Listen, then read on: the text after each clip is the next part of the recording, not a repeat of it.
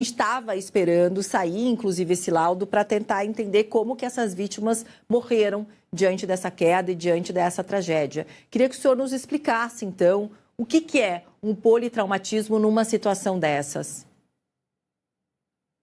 Olá, Paula. Muito obrigado à Band News, a você pelo convite mais uma vez.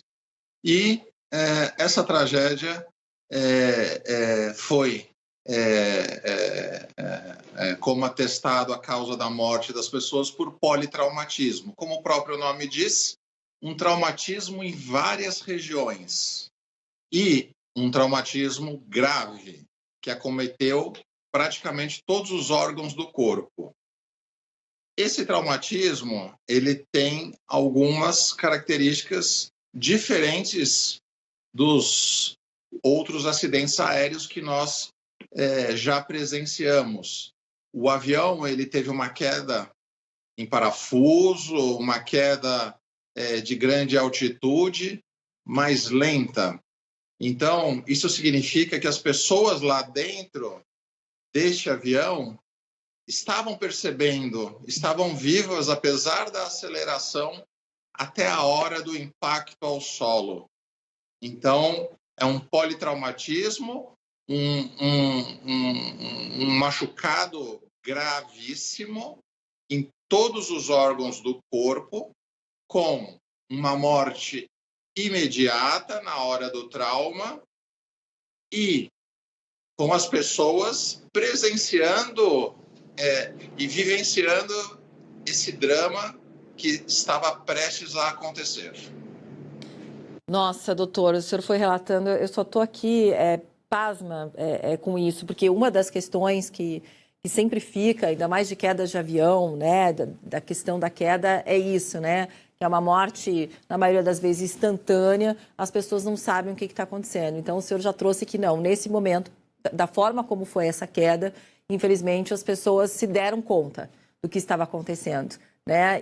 E provavelmente uma pode ter visto porque elas não tiveram um politraumatismo todas ao mesmo tempo.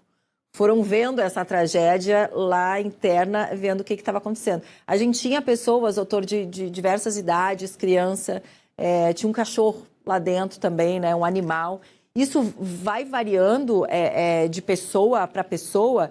E quanto tempo? Porque a gente fica imaginando, nossa, é que a queda são, eu acho que segundos, né? 15 segundos. Mas tudo isso, o senhor relatando, para a pessoa que está vivenciando isso, deve ser algo praticamente eterno, né? Algo que não acaba nunca. Claro. Ter 15 segundos que duraram muito tempo para essas pessoas que presenciaram isso.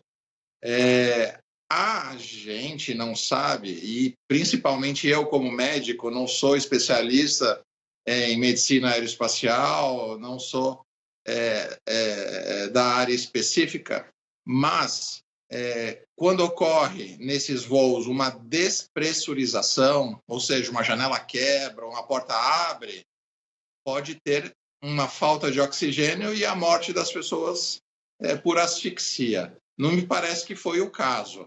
Me parece que foi um congelamento e um descontrole da nave e ela se manteve oxigenada e pressurizada.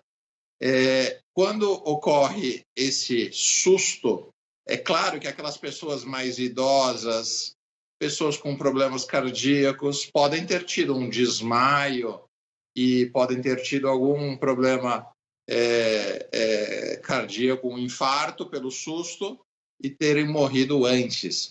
Mas, como tudo foi tão rápido, um infarto, por exemplo, em 15 minutos, provavelmente a pessoa ainda estaria viva e poderia sobreviver. Então, a causa realmente é o politraumatismo. O politraumatismo, na maioria das vezes, num acidentado, alguém que sofre um acidente automobilístico, ele gera múltiplas fraturas.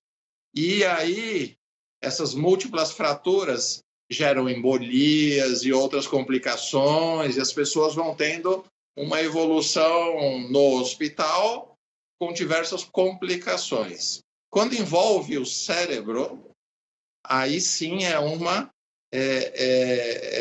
morte instantânea, pela aceleração e desaceleração e essa concussão cerebral com uma morte cerebral instantânea.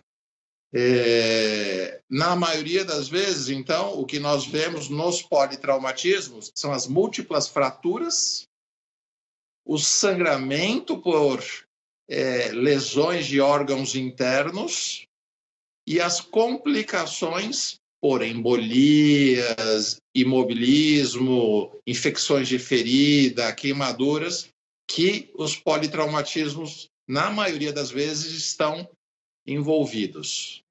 No caso desse acidente, dessa tragédia, doutor, esse politraumatismo, ele pode mostrar o quê? Isso aconteceu durante a queda, isso mostra que foi pela própria queda, pela diferença de temperatura, pela rapidez, o que pode ajudar, inclusive, na investigação do que teria acontecido com a própria queda do avião?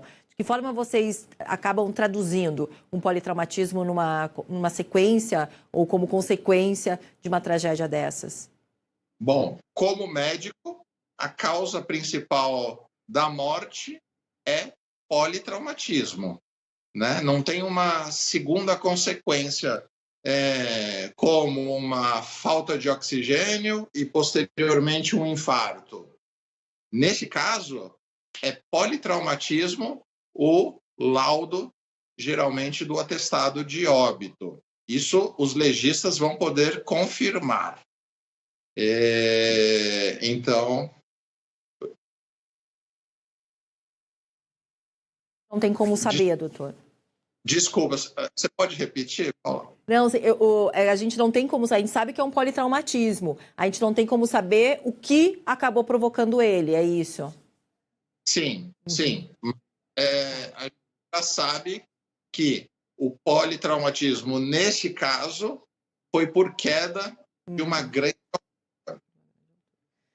Ai, muito triste. Doutor, obrigada por ter conversado aqui com a gente.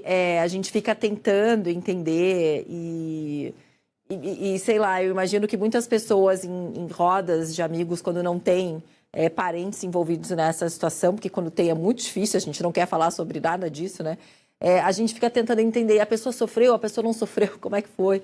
E aí, quando vem esse resultado, que foi politraumatismo, e o senhor me explicando, a gente consegue entender um pouco, não que isso vá aliviar a dor, pelo contrário, mas pelo menos entender o que aconteceu com essas pessoas e a partir desse laudo a gente espera que ajude também na investigação para saber o que aconteceu lá dentro, para que isso não se repita e mais vidas não sejam perdidas dessa forma. Obrigada, viu, doutor, por conversar aqui com a gente.